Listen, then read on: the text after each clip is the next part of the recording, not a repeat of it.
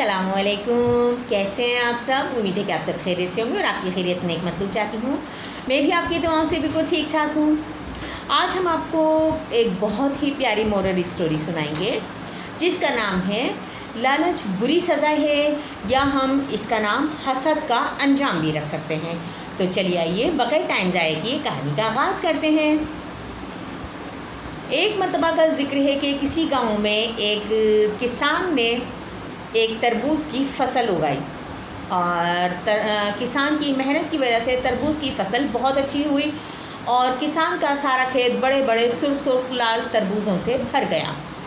लेकिन किसान के खेत में एक तरबूज बहुत ही बड़ा था और किसान उस तरबूज को देखकर बहुत खुश हुआ और उसने सोचा कि क्यों ना मैं बादशाह को कोई तोहफ़ा तो दे ही नहीं सकता, लेकिन क्यों ना मैं बादशाह की खिदमत में ये तरबूज लेकर हाजिर हो जाऊं और बादशाह जो है वो मुझे बहुत सा इनाम इकराम देगा।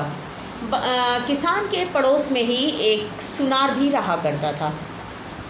सुनार बहुत ज़्यादा लालची था और अपने लालच की वजह से जो है वो हर वक्त किसान को कुछ ना कुछ नुकसान पहुंचाने की फ़िक्र में रहता था और ये कोशिश करता था कि किसी न किसी तरह किसान को नुकसान हो जाए।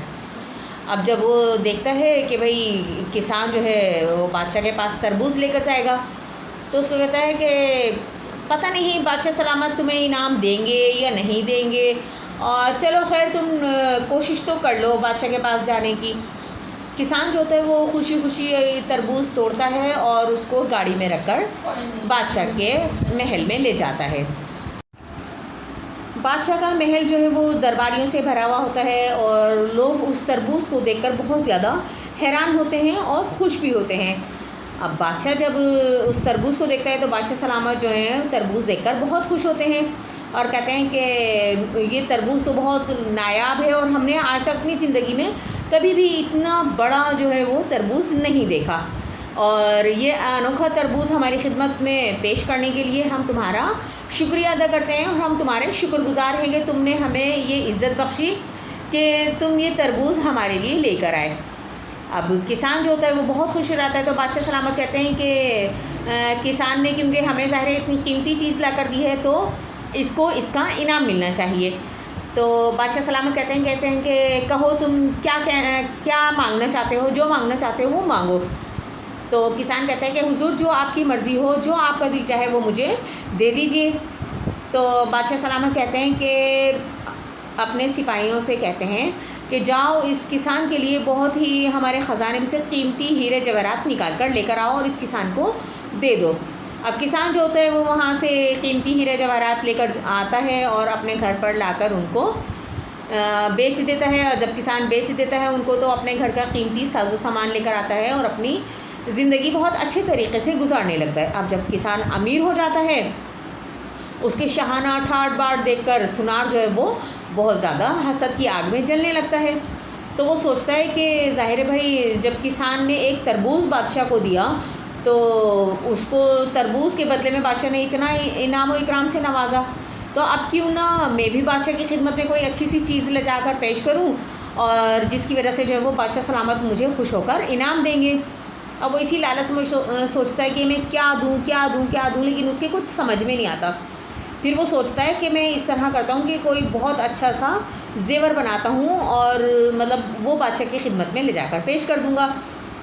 अब क्या होता है कि वो बहुत अच्छे खूबसूरत कीमती जेवरात बनाता है और उनको एक पोटली में बांधकर महल की जानिब रवाना हो जाता है।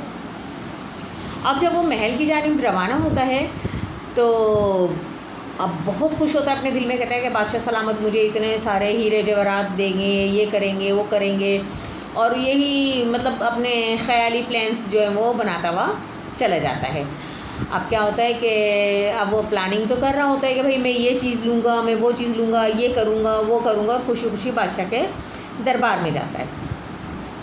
अब जब वो बादशाह को मतलब जैसे भाई जेवरात देता है तो बादशाह जो होता है वो जेवरात देखकर बहुत खुश होता है उनकी बनावट से, और मतलब जैसे उन जेवरात को देखकर वो बहुत ज़्यादा खुशी का इजहार करता है। अब जब बादशाह सलामत खुश होते हैं तो बादशाह सलामत कहते हैं कि मतलब जैसे भाई तुम क्या मांगना चाहते हो, मांगो जो तुम्हें चाहिए। तो कहता है बादशाह सलामत जो आपकी मर्ज़ी हो वो आप मुझे दे दीजिए। तो बादशाह सलामत जो हैं वो बहुत ज़्यादा सोच विचार करते हैं। कहते हैं कि तुमने हमें बहुत अच्छा तोहफ़ा दिया है और इसलिए हम अपने दरबार की सबसे कीमती चीज़ तुम्हें अता करते हैं। तो अब सुनार तो बहुत ज़्यादा खुश हो जाता है। तो कहता है जी हुजूर बहुत बहुत शुक्रिया। तो कहते हैं कि बादशाह सलामत कहते हैं अपने सिपाहियों से कि ये कीमती तरबूज जो है, कहते हैं कि अभी मतलब जैसे ना एक किसान आया था और वो ये बहुत अनोखा तरबूज हमारे लिए लेकर आया था। तो हमारे दरबार में इससे ज़्यादा कीमती चीज़ कोई नहीं है और हम ये बेशकीमती चीज़ तुम्हें अता करते हैं। अब ज़ाहिर है वो तो कुछ बोल नहीं सकता सुनार, वो बादशाह का शुक्रिया अदा करके और लरसती कांपती आवाज़ में बादशाह का शुक्रिया अदा करता है और शुक्रिया अदा करके तरबूज लेकर वहाँ से चला जाता है। और उसके जहन में बार बार यही ख्याल आता है कि बड़े बूढ़े जो हैं बुज़ुर्ग सही कहते हैं कि लालच बुरी बला है। तो उम्मीद है कि आज की कहानी आपको पसंद आई होगी। मिलते हैं फिर किसी नई कहानी में नए टॉपिक के साथ। तब तक के लिए मुझे दीजिए इजाज़त। लेकिन चलते चलते एक छोटी सी अच्छी बात कि लोग तुमसे जो चाहे छीन लें पर तुम्हारा मुकद्दर नहीं छीन सकते। उम्मीद है कि आज की वीडियो पसंद आई होगी। मिलते हैं फिर किसी नई नेक्स्ट वीडियो में नए टॉपिक के साथ। लेकिन वीडियो को शेयर करें, सब्सक्राइब करें मेरे चैनल को। और जो लोग मेरे सब्सक्राइबर्स हैं मैं उनकी तहे दिल से मशकूर हूँ। और जिन लोगों ने मेरा चैनल सब्सक्राइब नहीं किया वो जाएं जल्दी से बेल के आइकन को प्रेस करें और ऑल के नोटिफिकेशन को प्रेस कर दीजिए ताकि मेरी हर आने वाली नई वीडियो का नोटिफिकेशन आपको टाइम पर मिल सके। मिलते हैं फिर किसी नई नेक्स्ट वीडियो में। तब तक के लिए मुझे दीजिए इजाज़त। अपना और अपने प्यारों का ढेर सारा ख्याल रखिएगा। अल्लाह हाफ़िज़।